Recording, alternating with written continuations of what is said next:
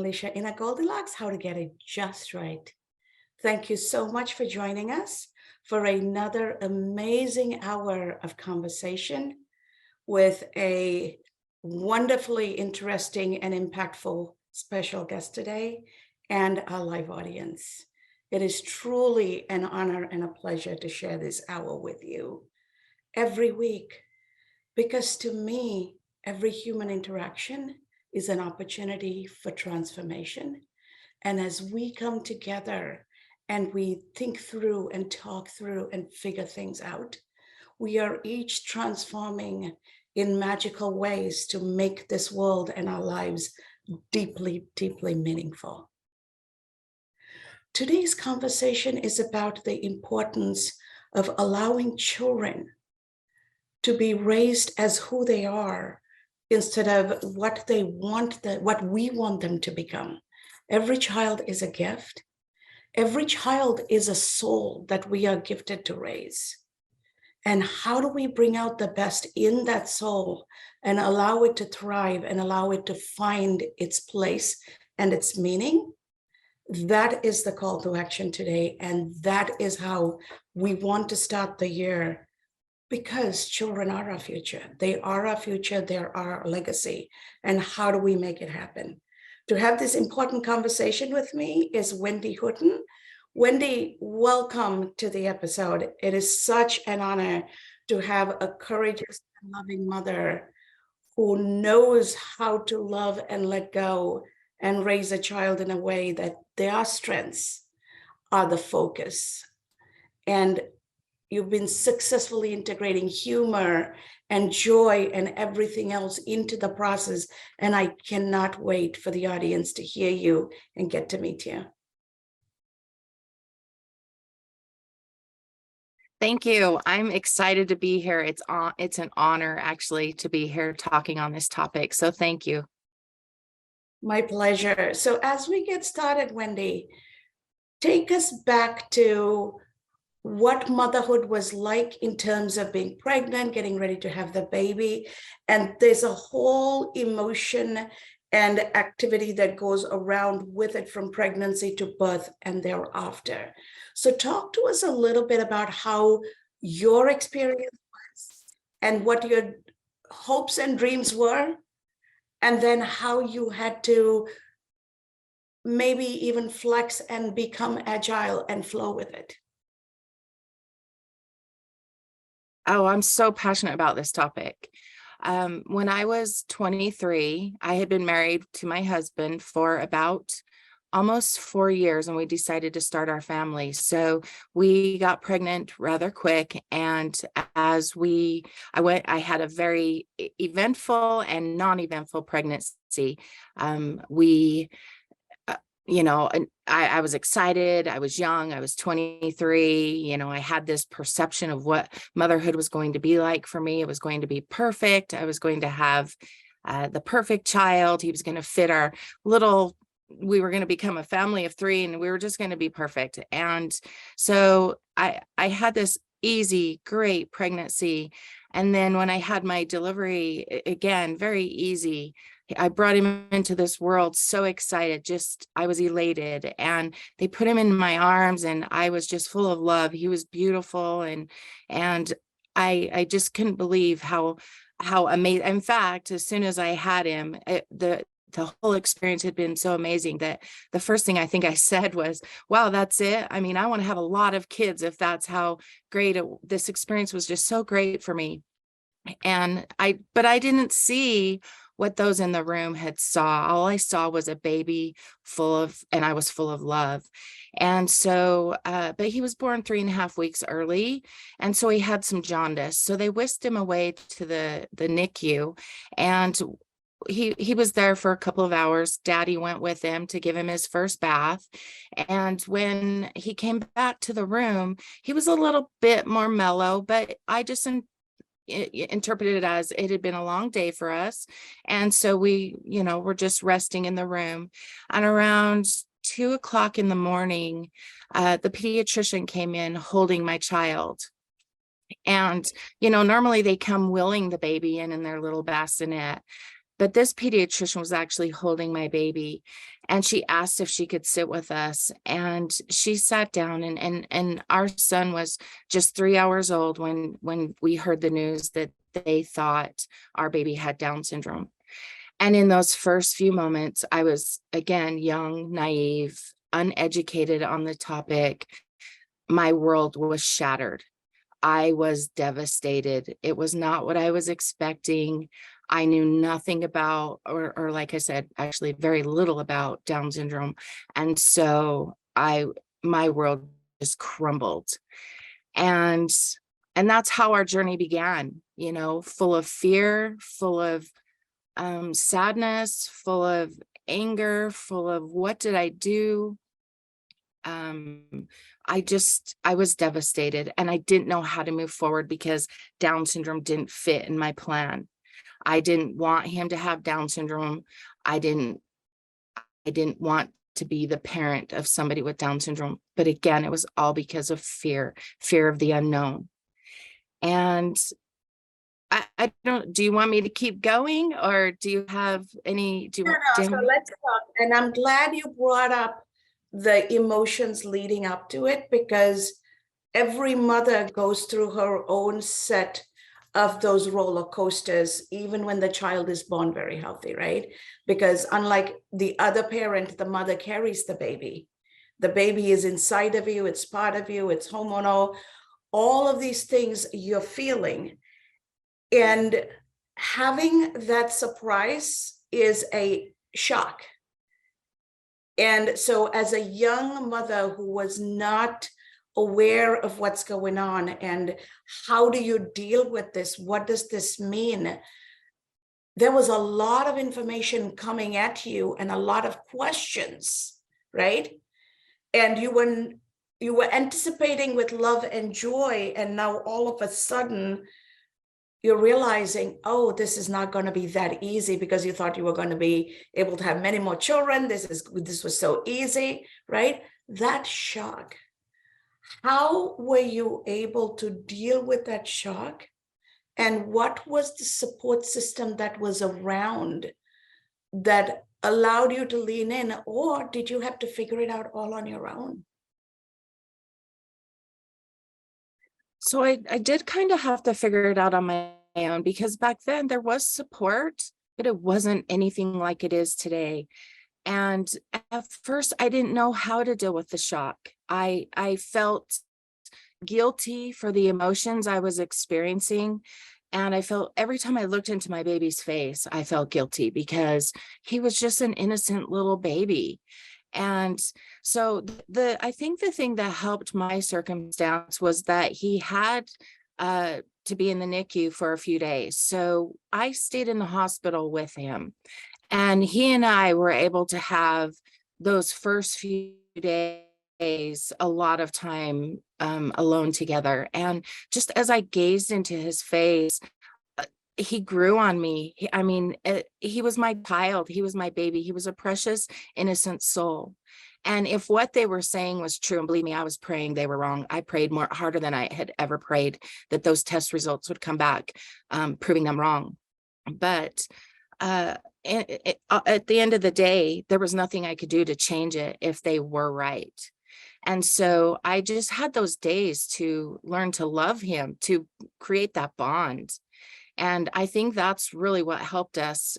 Still, I was afraid. I still had that fear. I still didn't know how I was going to be his mother. I was young. I was 23. I mean, I was scared of his future, let alone my future.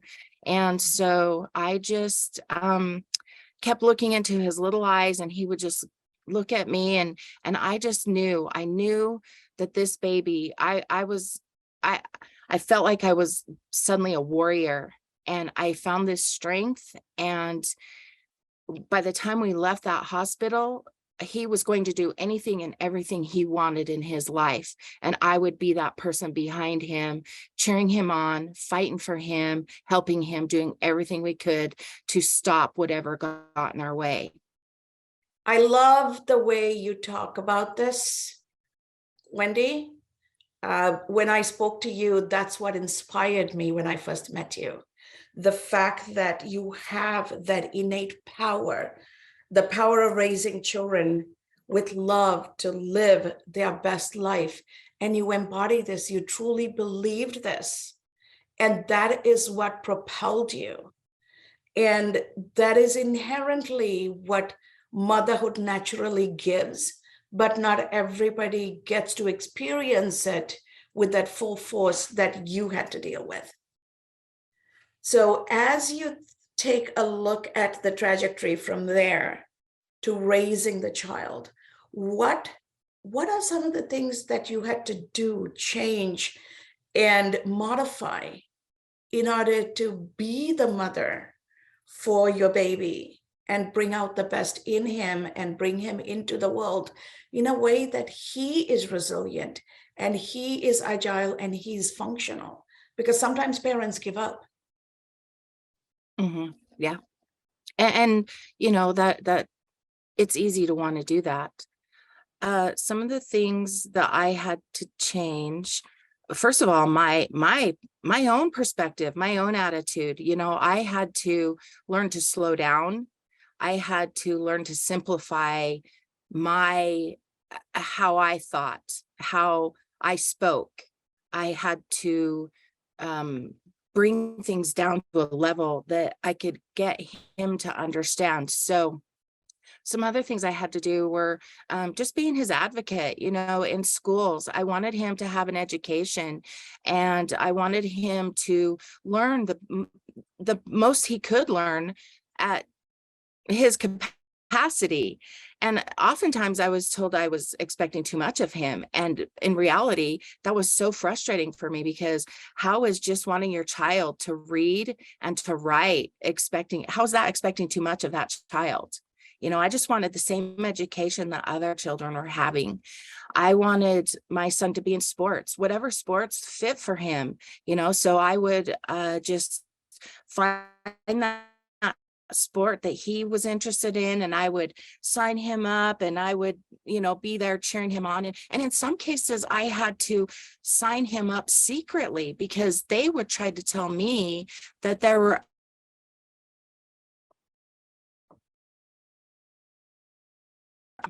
to be the best he could be. And so I really had to advocate. That's the biggest thing I've had to do in the last 32 years, is just be his advocate. And that is a challenging position to be, because you have your own emotions and your feelings and your love and your need to protect. At the same time, you want to do right by your child and open up those opportunities, and being confrontational or hurting the person who's trying to, or being, you know, challenging the person who you need in this journey is not going to serve the purpose. How did you manage in balancing that? Because it's not easy. It is not at all easy to be kind and gentle and negotiate with people who are shutting you down. You know, I'll just be real. I mean, there were sometimes the conversations didn't go well, because I did have to get assertive, and I did have to remind, for instance, in the school, when we would meet, you know, to discuss his education program, I did have to remind them that we were on the same team. You know, I wasn't trying to be argumentative or anything like that. I just wanted the best for my child. I wanted him to reach his potential. I didn't feel like my expectations were too high. I just wanted him to reach his potential. And at times it's still at times it has taken me to just find this strength. I don't know where it comes from. It's just in me. And when I feel like my son is being treated unfairly, I am not afraid to stand up for him. How does he feel, all grown up, and mom having to step in sometimes to be his advocate? You know, my son is such a happy, well, I say that he he's a person, so he's not happy all the time. There's that perception out there that people with Down syndrome are loving and happy, and they are, but at the same time, they're still people, so they have emotions. But my son doesn't really know, I don't, or understand those times that I've had to step in. He's just, hi, mom, you're here, and he doesn't know I'm there to, help him get what I feel he deserves. He's just along for the ride. And I push him. I have had high expectations of him because I have wanted him to reach his potential. And there have been times I've had to shift my own dreams for him because I've learned as he's grown what he's capable of doing. And so I just, he just, yeah, he's just such an easygoing kid. He doesn't really understand when people are being cruel or unfair. And so I take that burden on as well, and I've been told, I've been asked actually, why do you stress out about this when he doesn't understand? And, there's been times when I've had to say, is this really worth it, Wendy? But I understand. So I know when to push it or when to let it go. But overall, he's just happy. And that's such an important human aspect you bring into the conversation, Wendy. Just because a person or a living being doesn't know what is being done to them doesn't mean what is being done is okay, right? And Right. the fact that people who are doing it or people who are around it think as long as he doesn't know the difference, it is okay. That is fundamentally wrong in our society because they're all our children and we all have an obligation to step in to protect our children because God forbid if my child, I don't have children, but if I had a child and my child was somewhere, let's say my child went to China to study. And thank God for somebody like Stuart making sure that there was a local guardian, somebody looking out for them, right? So I want somebody to look out for my child. Why not look out for somebody else's child?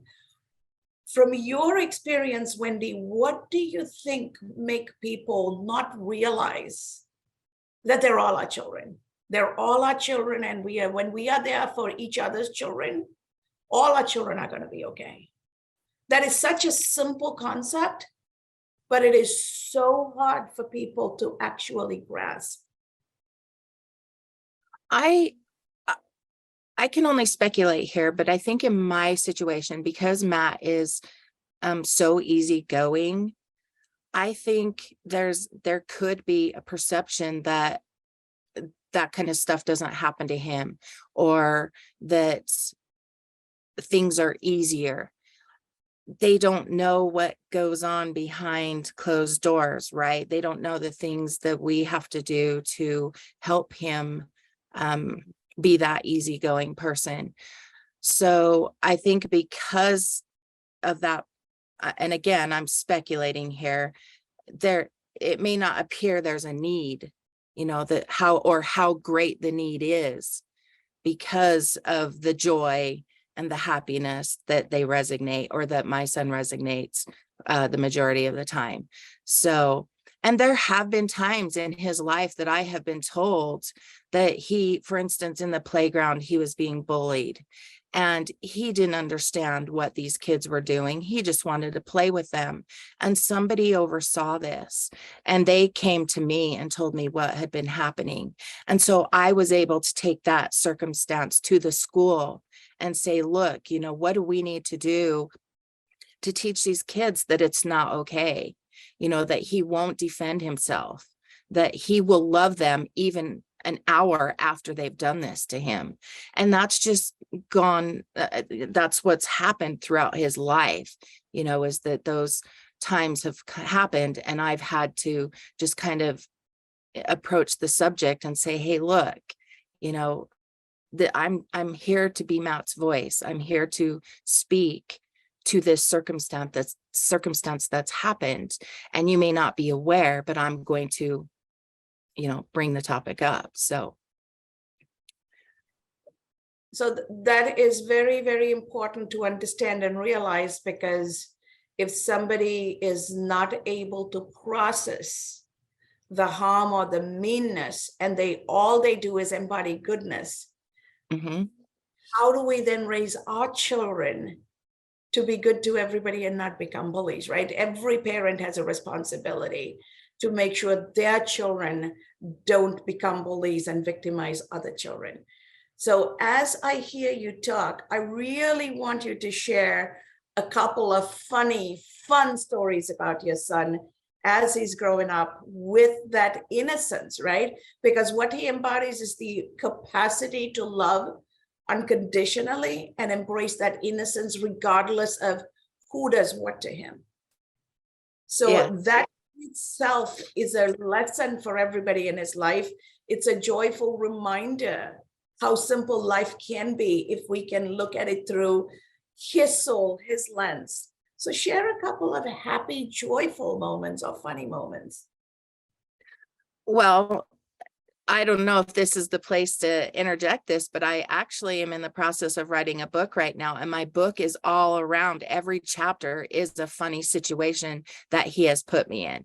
Every chapter, with the exception of the first three. So I am sharing several of those stories. I will share something that just happened recently. My son was being honored at the Best Buddies Gala in Denver, Colorado, back in October. His buddy in the Best Buddy program had been nominated Champion of the Year. And so we go to this gala, and when Matt is in a room, he just lights up the room.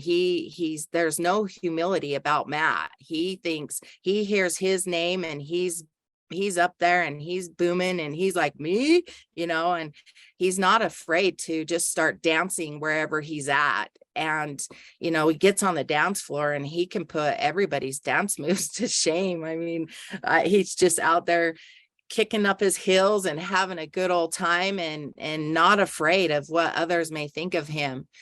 So that was just a really fun event to be at with him, seeing him so happy and knowing and understanding that this event was about people like him. And then,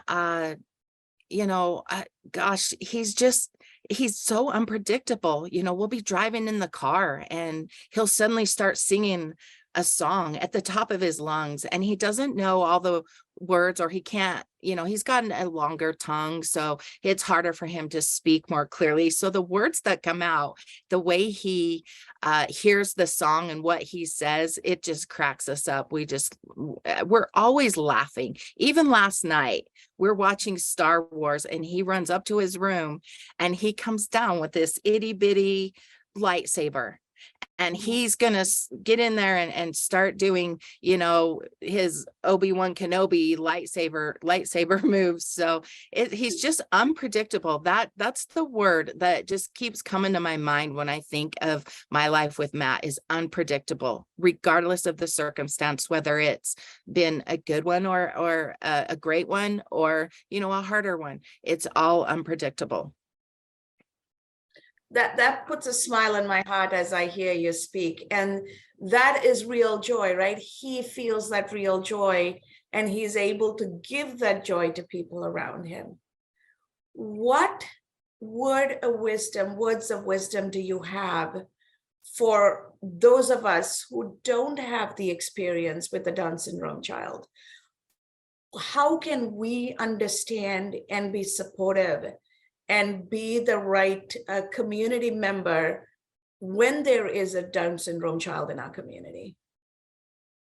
So I just think sometimes it takes a lot of patience, and we're a fast-paced world, we're just boom, boom, boom. And even myself, I need to slow down. I find myself just, going along, and I need to slow down. So patience and slowing down. I really want society to understand and to truly see the value that those who have special needs bring to the rest of us. They are teachers in a sense. They teach us compassion and unconditional love and patience and acceptance, and and just including them in things, especially since my son's been out of school now. Life has gone on for those people his age, so he's not, they're the kids his age, the young men his age are married and having children, and he's been excluded from birthday parties, from going and hanging out, from doing the normal everyday life things that you and I are used to doing. But so for the rest of society, I would just love for inclusion, uh, not the out of sight, out of mind. I would like to kind of rid that, and have these children more included in anything that they can be included in, just because they're not kind of inviting themselves to birthday parties or to dances or know to do that. That's the thing that these kids seem to get looked over for. Mhm.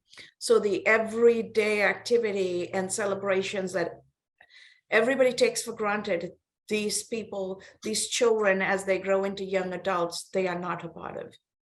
Right. And if you're at a grocery store and the bagger, for instance, has Down syndrome or special needs, you know, a little patience with them as they're trying to process, and because they don't think quickly like we do.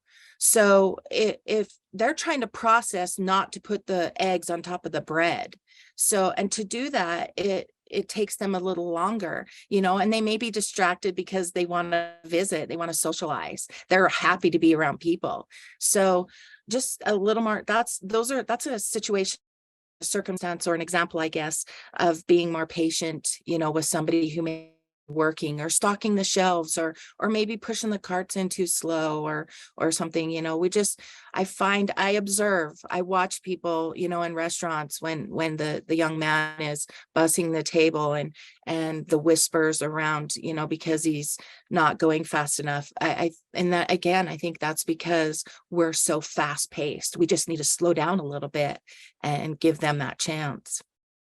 Mm-hmm. And that is such an important reminder, Wendy. I'm so glad you did that for us, because there are so many other children with other kind of disabilities, right? Not just Down syndrome. They all need to be treated in the way that allows them to thrive. I went to school with a girl who became blind at the age of 5, not born blind, but became blind. And Anjali was one of the funnest young women I went to school with. She went on to become a psychologist and worked in her parents' hospital. Father was doctor, mother was a nurse. But it took a lot of support and care and that camaraderie among girls to help her get there, right? And so the community really, really matters. And Anjali taught us more than we taught Anjali, right? And so be able to understand that every person has the ability to teach us. And I have something to learn from everybody. That is such a powerful message that you have given, Wendy. How is your son doing now? And what does his life look like? And then I want to talk about what does support look like for his successful life as he grows older? One thing I want to say really quick before I answer that question is I've said several times, and I've even put this in my book, that when I always wanted to be a teacher. My dream and my goal in life was to be a teacher. And I say I never became a teacher, but I gave birth to one because my son is my teacher.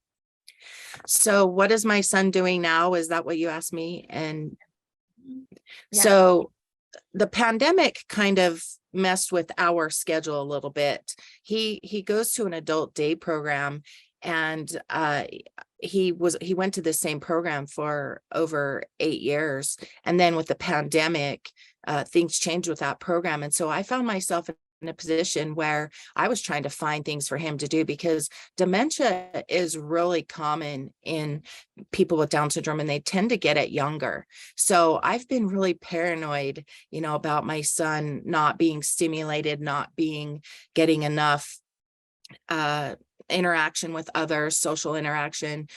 So I've really been trying to get him involved in activities and programs. I fortunately did find a couple of other programs. So he's involved in some day programs, and he goes there and he's got his buddies, and they volunteer. They get out in the community. He likes to go to the library. We do our own volunteer. We have opportunities where we volunteer. We do acts of service. He's involved in an alumni bowling team. My son is an amazing bowler, and he,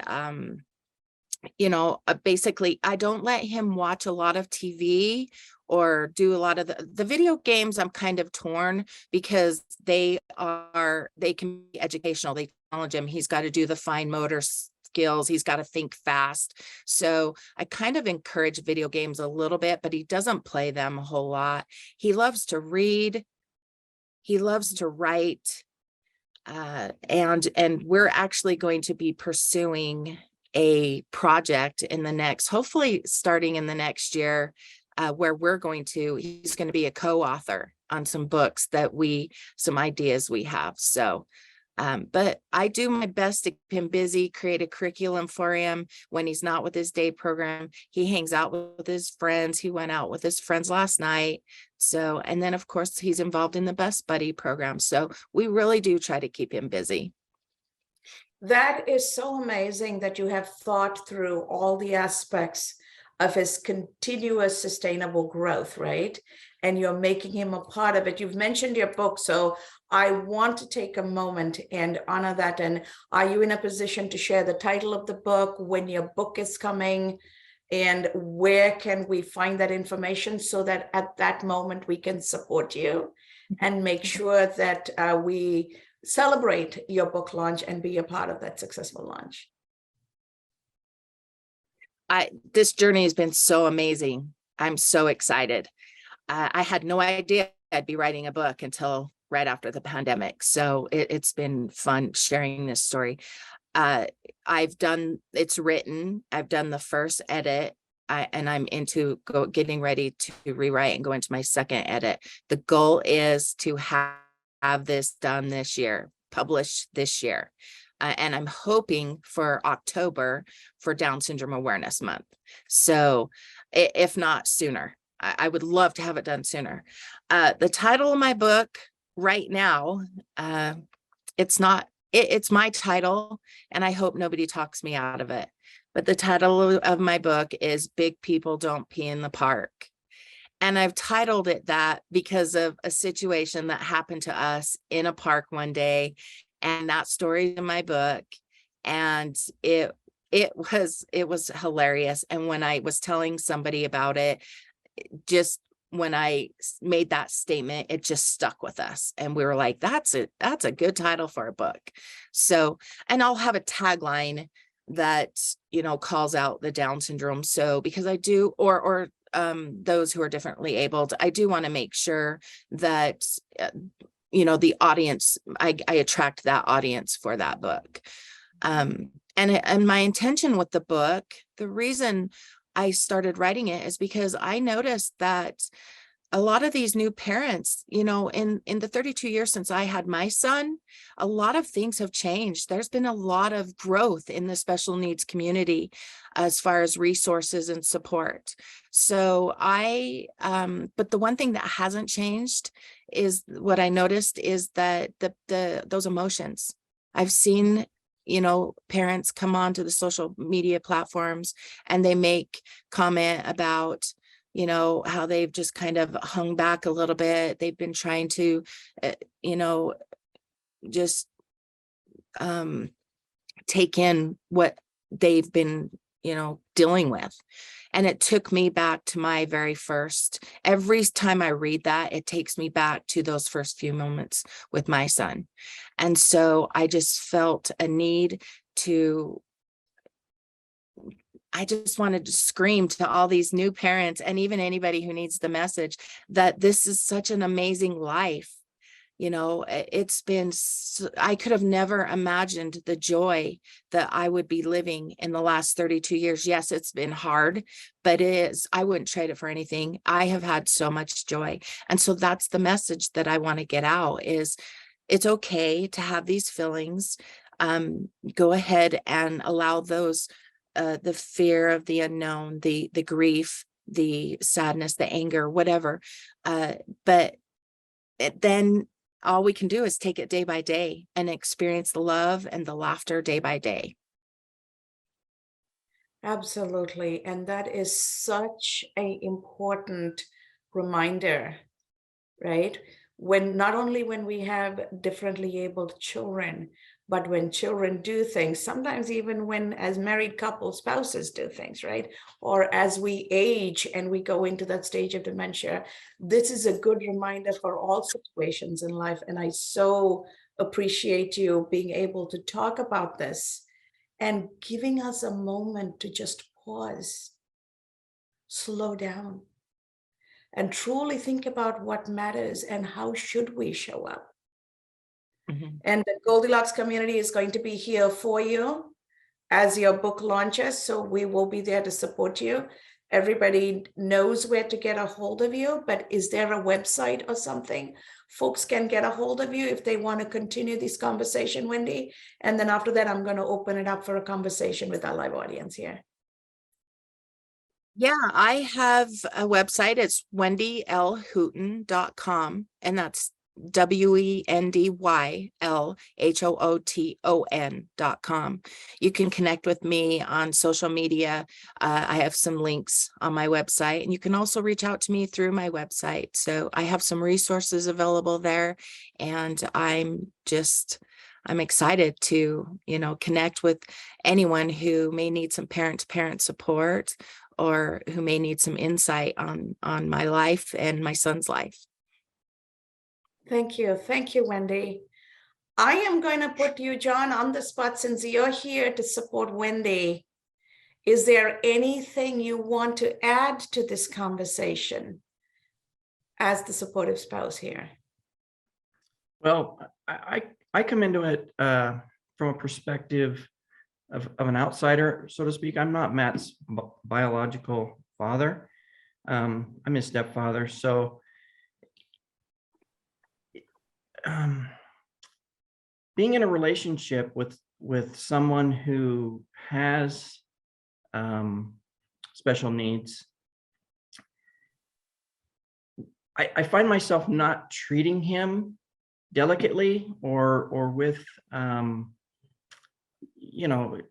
treat him just like anybody else, really, quite honestly. And I think that he enjoys that because I do give him a hard time. We joke around a lot. And when we're in a public situation, others who aren't comfortable around someone with special needs sees how my interactions with him, and I think it just makes them more comfortable to maybe join in or get to know us, or get to know him, and that they can develop relationships with him or with others in their lives that have special needs and not be uncomfortable. I think people hesitate because they're not sure how to interact, and so really just talk, communicate with people, and it's really going to enhance your life because they're very honest and not just children with Down syndrome, but any child with disabilities is going to just fill your heart with a lot of joy. So I just suggest that you treat them just like you would anyone else, and you'll benefit from it. And that's not a lot to ask. and it's so spot on. And I'm so appreciative that you joined, you shared, but more than anything else, that you chose to be a part of the family and you chose to be Wendy's support system. So thank you. Thank you. I just want to add to that. You know, I hesitated dating after Matt's dad and I got divorced. And when I did meet John, I couldn't believe that he asked me to marry him, because this wasn't just a lifetime commitment with me. It was a lifetime commitment with my son. And so that tells a lot about the character of a person who steps into this role and does an amazing job at it. So just a little shout out to that right there. Thank you. Thank you, Wendy and John. I truly do appreciate that. So let me open this up for conversation, questions, thoughts. We have our amazing regular Goldilocks community live audience here. So go ahead. The floor is yours.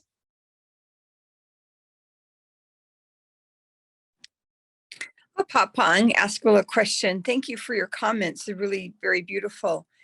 And how do you balance where you want the best? Well, obviously, it's not a balancing of wanting the best for your son.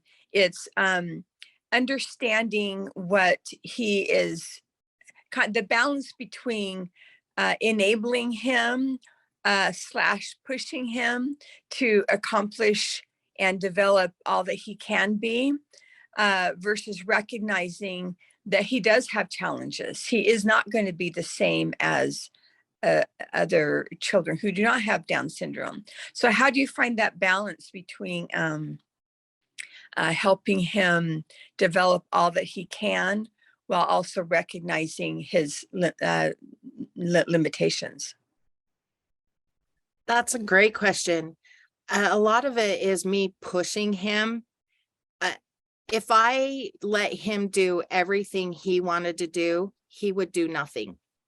And except for, his reading or his writing. But so I don't have any other children. So I didn't know how to raise him any differently. So I just did what I saw other moms doing. So for instance, I will use sports as an example.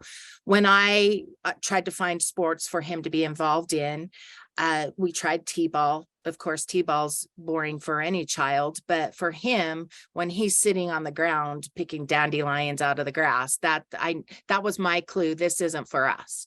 A soccer, he got it was good for him to get up moving. So I got him involved in soccer, and soccer is the sport that I actually, when I tried to sign him up, they would tell me there were other sporting groups for people like him, is exactly what they said. So I started to sign him up without taking him with me. And then we would show up on day one. And as I showed up, and again, this is when he's younger. So as I showed up with a plan. I wanted the kids to know that this child is different, yes, but he is also the same. Let's not focus on his disabilities. Let's focus on his abilities. And so you have a very important role here. You are his teacher. He needs you. He can't succeed without your help. And little kids are very in tune to hearing that. And so, and they want to be special. They want to feel special. So anything that I've signed him up for, I've approached it that way. We moved from soccer. Well, let me just back up here. He was in soccer for a while. And as soccer grew, sorry, am I frozen? You're okay. Go ahead. Okay. Go ahead. So as the kids got better and as they got older, they started to get more competitive. And there was a point where I had to finally say, okay, now this is too much for him. Now he's not fitting in. They have goals. They're trying to reach bigger goals for them. So I pulled him out and I found something else for him. So we went towards karate. And again, I went to the karate class and had the same conversation. And this class was an adult class actually, and they had women, men, children. And so they were worked very well with him there as well. So it is a lot of me having to swallow my pride at times and say, okay, this doesn't work for him, but we tried. Beautiful. Yeah, that's great. That's great. How about in the world of academia? I'm not a sports person. I'm more of an academic person. So how do you deal with him, like learning to read? And I'm almost completely unfamiliar with children with Down syndrome, so I don't know what their academic capacities are. I absolutely believe, like you, that that any child can be developed way beyond what anyone would normally think. But so how did you handle the world of academia? So I just pushed for a lot of times. I asked for homework and the teachers would tell me he doesn't need homework.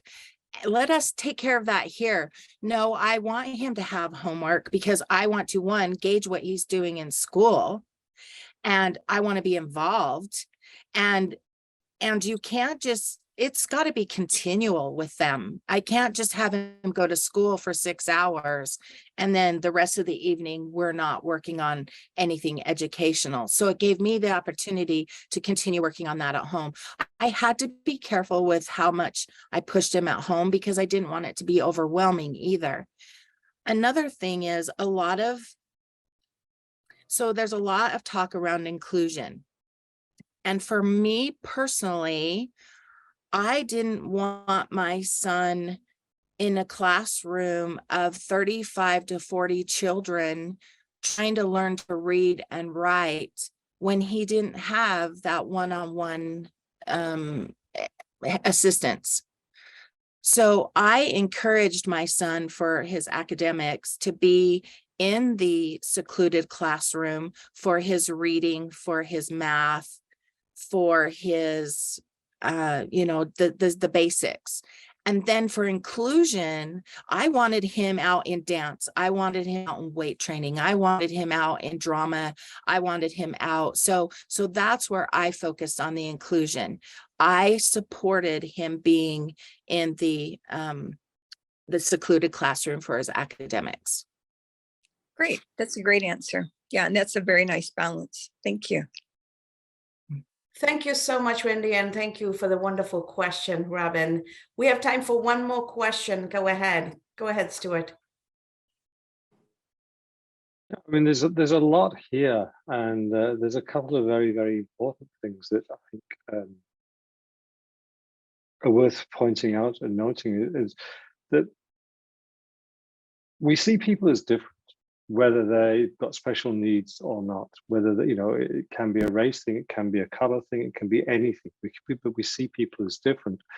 And I don't think there is the full support or understanding structure in the medical systems, for instance, for these differences. And I'm curious what sort of support was given to Wendy when she was informed about the challenges that she was presented with, and the dashing of the expectations. And I think that's a very, very big thing. And the other thing is the fact that we as people generally, we don't know how to deal with that difference. I mean, I had an experience when I was on a training course, and at the end of course exam, I had to do with a blind person. And I was so reluctant to go and have a conversation with this person because I didn't know how to talk to a blind person. But it was one of the most enlightening experiences I ever had. And that's something I think which I think we need to bring into education and teach people how to work and talk to people who have got something that's different about them, whether it's a scar on the face or whether it's something else. But we're all the same, but we have that difference. So there's a lot there. I could talk a long while about this, and we don't have that time. Thank you, Stuart. So to answer your first question about the support, now this was 32 years ago for me, and I understand that this still happens, but when I had my child, I heard a lot from the medical professionals themselves your son, now your son will never do this. Your son will never walk. There's a good chance that your son may never walk. There's a good chance your son may never talk. There's a good chance your son may never do this. So we need to do this, this, and this because he's never going to do these things. And I refuse to let them set limitations for my son from the get-go. We tried everything before we knew what he wasn't going to do. So as far as support, I had some support, but I didn't have it like it's out there now. Social media really helps. There's a lot more support groups out there. There's a lot more resources as far as going to YouTube and to the internet to find answers to I'm still learning, why is my son talking to himself all the time? Well, I had no idea there was a thing called self-talk, and it's something they do because they don't know how to process their thoughts. And it's also therapeutic to him to have these conversations, to talk things out. So that's kind of right now, the support is, there's so much more. And I didn't have what they have now. But I also realized that it isn't available everywhere. So that's one thing I'm hoping to kind of do with my book and my journey and these types of opportunities I'm having. So as far as your second question, you're so right. I say all the time, I would say this to his teachers. I don't do good at math. I suck at math. I'll just say it. I suck at math. So we're all different. We are really all different, and yet we're all the same. My son has exceeded my expectations. He has done things I never thought he would do, and I've pushed him. So we're all different in that aspect. And to be honest, there are times that I can walk into a room and I can feel the energy, and I know I still feel uncomfortable at times because my son is so outgoing and so approaches strangers and so comfortable in his own skin that at times it's uncomfortable for me, because maybe this person, I could see he got in their space and they're not the approachable type, or maybe they're having a bad day and they just don't want to deal with this. So I still do, kind of have those types of experiences with my son. And I think because of my son, I'm able to recognize other people who may be different. And like you said, this person who was blind and you weren't sure how to approach them, at the end of the day, they're all people.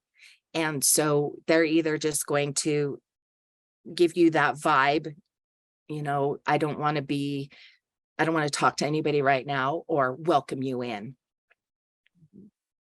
Yeah, I think it's about recognizing the special skills that everybody has as a person. And it doesn't matter who that person is, that we've all got something very special about us, but we're not encouraged to do that, because there's so much division that's created in societies, and that's one of the big problems. And I think also what you say about the medical profession is a big problem, that they actually are almost a kiss of death on a lot of things, because they approach it from this thing of limitation. They don't approach it from a place of possibility. And it's great that you had the strength, obviously, to find the possibilities. And then, there is the external support structure, but I think it still needs to be brought in at that grassroots level.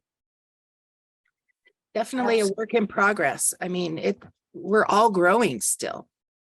And I'm loving this conversation. And Wendy, let's do this.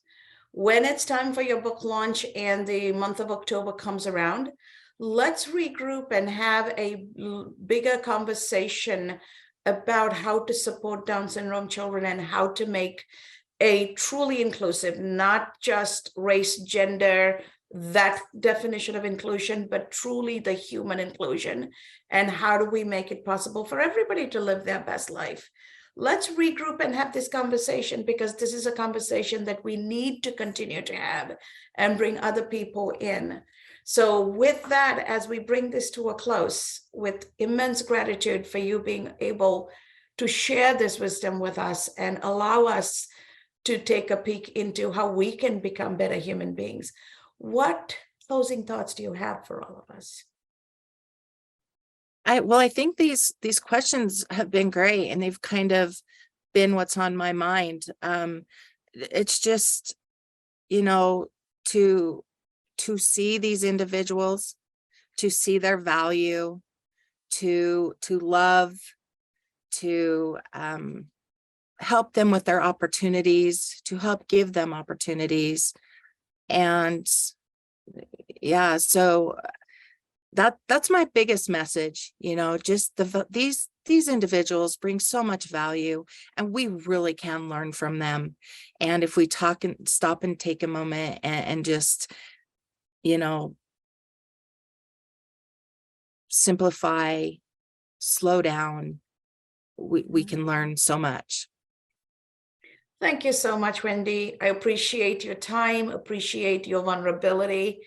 And John, thank you for coming to support Wendy and being a part of this journey. And to our live audience and our Goldilocks community, thank you so much for always keeping an open mind and open heart and embracing the philosophy that every human interaction is our opportunity for transformation. So go out there, be yourself, be true to who you are, accept every soul as they show up. And you'd be surprised that the life you're transforming would be your own. Thank you. Thank you. Thank you.